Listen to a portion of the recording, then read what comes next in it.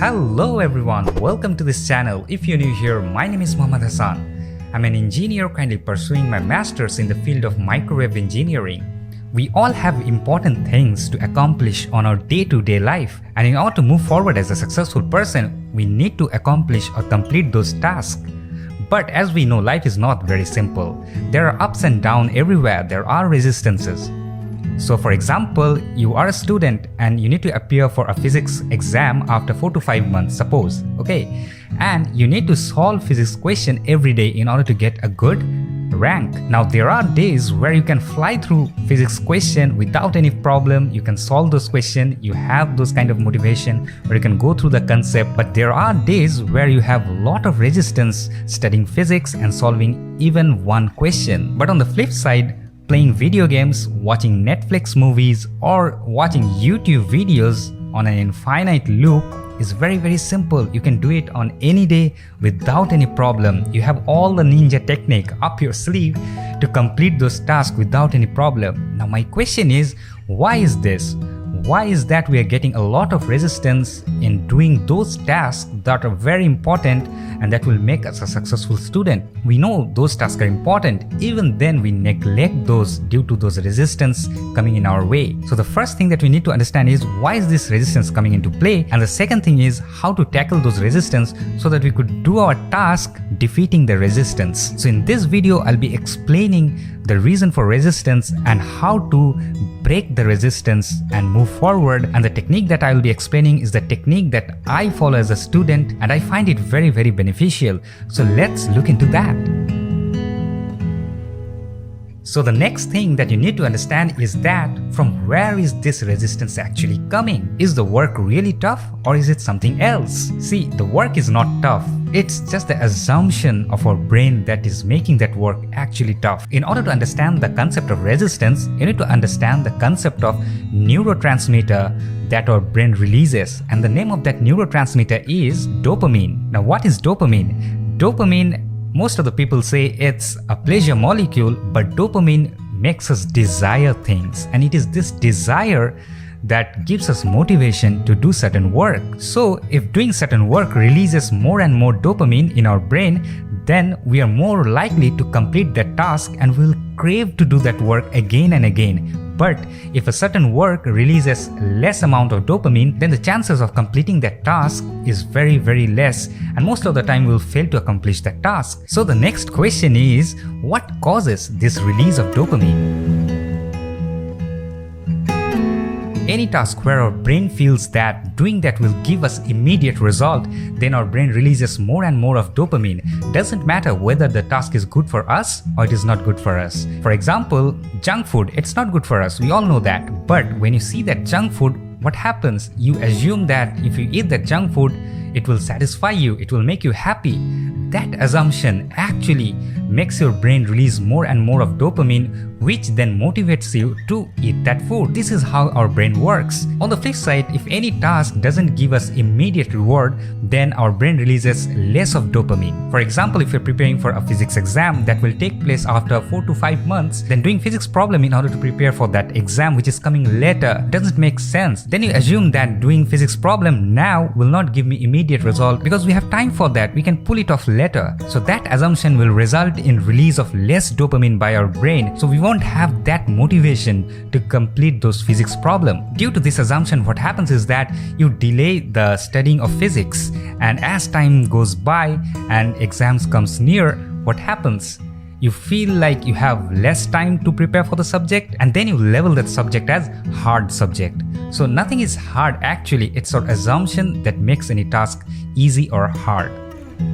So the concept that we learned is that it's the assumption that makes any work easy or difficult. So if we can trick our brain and stop it from negative assumption, then we can do the work that we needed to do. Now I'll explain you some of the technique that I personally use in order to get my work done during the time of resistance.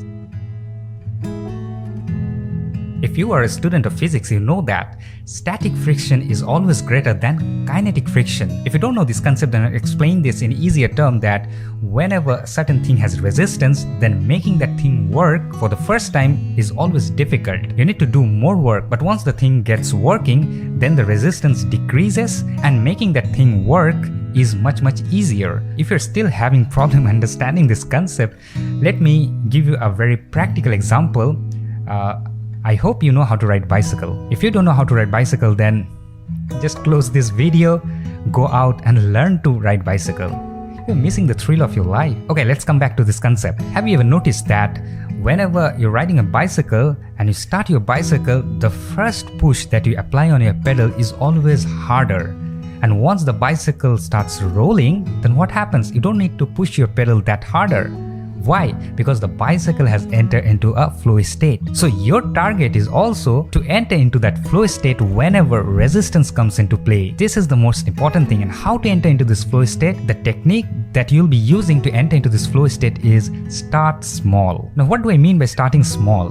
Let me explain this. I hope you have noticed this as a student that some days we are very much motivated to do our studies, do our work, and we can accomplish those work without any problem. We are like flying it. But there are some days when doing that same work is very difficult. We don't feel that much motivated to do those work and we almost fail to accomplish those same work because of the resistance. For example, you are preparing for your physics exam and you're required to solve 30 questions every day. Now solving 30 physics questions every day, for some days it's very easy, you can accomplish it without any problem. But there are days where solving even one question becomes difficult. Now, in those days, how to get into the flow state? The simple thing is start small. Just tell your brain that forget about the end goal, that is reaching 30 questions. Just try doing the first 5 questions. Just tell your brain this and you start doing those 5 questions and don't procrastinate. Okay, start small. Once you start doing those 5 questions, automatically you'll see that you are getting energized, your brain is getting energized, and as a result of which you'll end up doing like 10 to 15 questions, which is good enough. Even though you haven't achieved the goal of 30 questions, you have at least done 50 to 60% of your work. So this is what is known as flow state.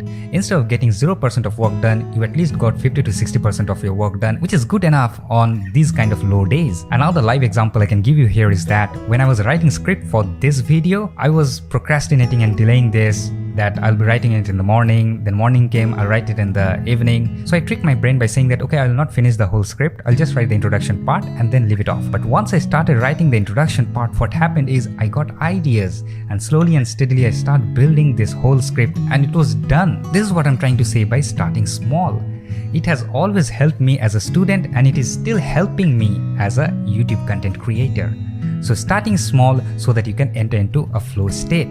Once you can enter into the flow state, the resistance absolutely decreases. So this is trick number 1. Now let's move on to our trick number 2. The second trick is to make your task look attractive. Now there is a quote that I've come across. I don't exactly remember where I've come across this, but the saying is amazing.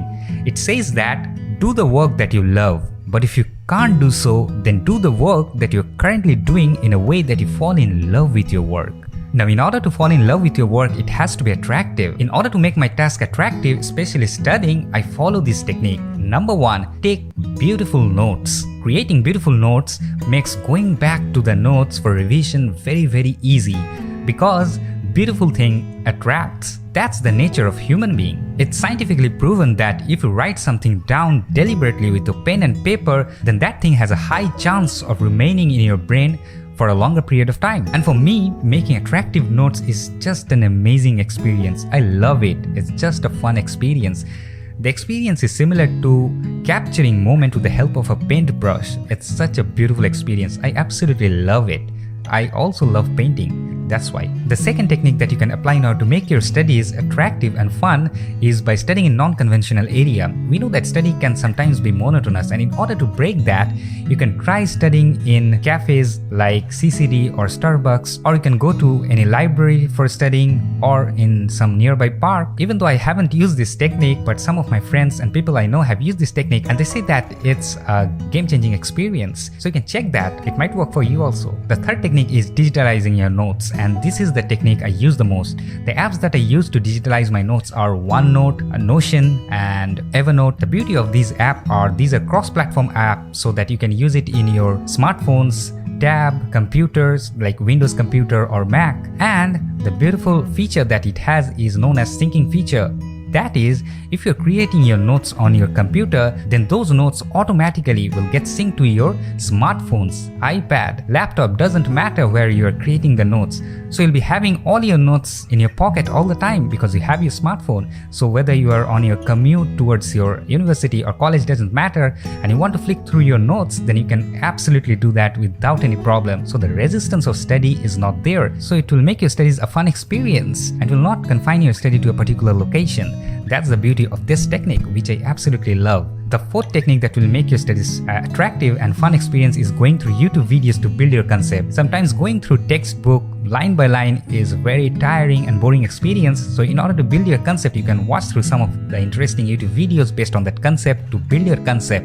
And it does work. You don't need to work too hard. Just casually listen to what the teacher is saying or the professor is saying and you'll get it. So you can make your studies a funful experience using this technique. So these are some of the techniques that I use personally to make my studies look attractive. That doesn't mean that these are the only 4 techniques that can be used to make your studies attractive. If you have any kind of technique that can make studies attractive, then do let me know in the comment section below so that I could try it out to see whether that will work out for me or not. Now, our third and final trick that we can apply to trick our brain to accomplish hard tasks is using less of social media. I'm not telling you to quit it, but use less of it. Using less of social media will help us to focus on things that are important and need to be done on our day-to-day basis. I'll give you a silly example that will help you understand the concept. For example, in your locality, there are 2 restaurant. One is a 5-star restaurant, another is a local restaurant. Now 5-star restaurant creates meals that are highly satisfactory and it satisfies you absolutely, and the local restaurant creates meals that are good enough but are not as satisfactory as that 5-star restaurant. So whenever you go for a meal, you always go for that 5-star restaurant because it gives you more satisfaction. Now let's understand this analogy. Consider that 5-star restaurant as social media and this local restaurant as your important work that needs to be done. Now, if that 5-star restaurant gets closed for 1 month, what will you do? You'll starve? No, you'll go to that local restaurant in order to fulfill your needs. Now understand this analogy. That 5-star restaurant, which is releasing more and more of dopamine because of its satisfaction, is actually the social media, and this local restaurant is actually the important work that you need to do. Now, since this thing got shut down, 5-star restaurant, therefore you have no other option to release dopamine other than doing the important work that you need to do. Therefore, less of this social media will give you more of your important work that need to be done. Therefore, the important thing will become a higher priority than the social media. I hope you have understood the concept. This thing is actually known as dopamine detox in a nutshell. I'm not telling you to quit social media completely, but you can allocate 1 or 1.5 hours of your day to social media, and outside that, you'll not be using social media. If you can achieve this, then focusing on important work will become much easier, as I've explained the concept of restaurant, that is the 5-star restaurant and the local restaurant. If this got shut down, you have no other option but to go to the local restaurant. So these are the tricks that I absolutely use to trick my brain into doing harder things. I hope you enjoyed this video. If you love this video and you feel like this video added some kind of value to your student life, then please smash that like button. And if you haven't subscribed to this channel, then please consider doing so. Till next time, enjoy your studies and build your skill, and I will catch you all in my next video. Bye-bye.